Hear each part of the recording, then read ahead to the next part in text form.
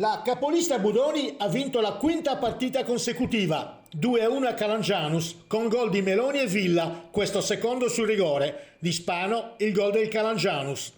La vice capolista Latte Dolce ha battuto 2-1 la Nuorese, con gol di Cabeccia e Russu, il secondo gol stagionale per l'ex Carbonia, e di Piriottu per la Nuorese. La Ferrini ha battuto 3-1 il Sant'Elena, rimontando lo svantaggio iniziale. L'Arbus ha vinto ai punti 2-1 il Taloro Gavoi, 3-2 ad Ossi. Bottino pieno per le tre squadre del sud-ovest sardo, Iglesias, Carbonia e Villa Cidrese. La squadra di Cuccu, dopo le due sconfitte iniziali, sembra aver cambiato marcia e ieri sul campo del Ghilarza, squadra che era reduce dalla vittoria di Carbonia, ha centrato la seconda vittoria consecutiva, terzo risultato utile con 7 punti in 3 partite.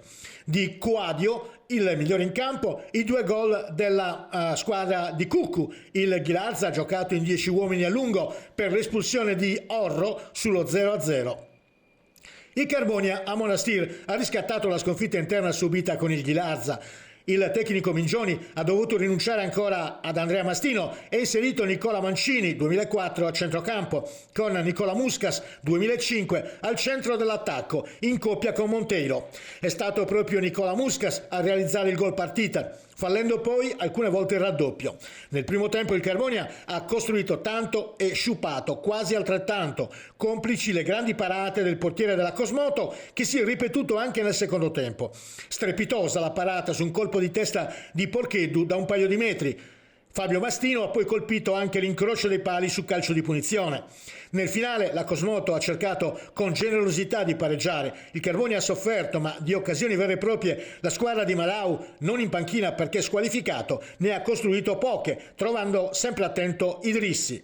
Prima dell'inizio della partita è stato ricordato, anche con un minuto di silenzio, Tommy, il giovane calciatore della Cosmoto, scomparso tragicamente nel dicembre dello scorso anno in un incidente stradale.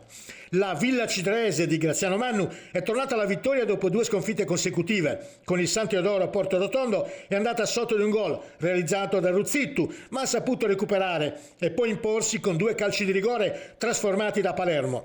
Con 9 punti la Villa Cidrese ora è risalita al quinto posto in classifica, insieme alla Tarros di Giampaolo Murru, che ha fatto il colpaccio alla Nusei 2-1 con gol di Azzori e Calaresu.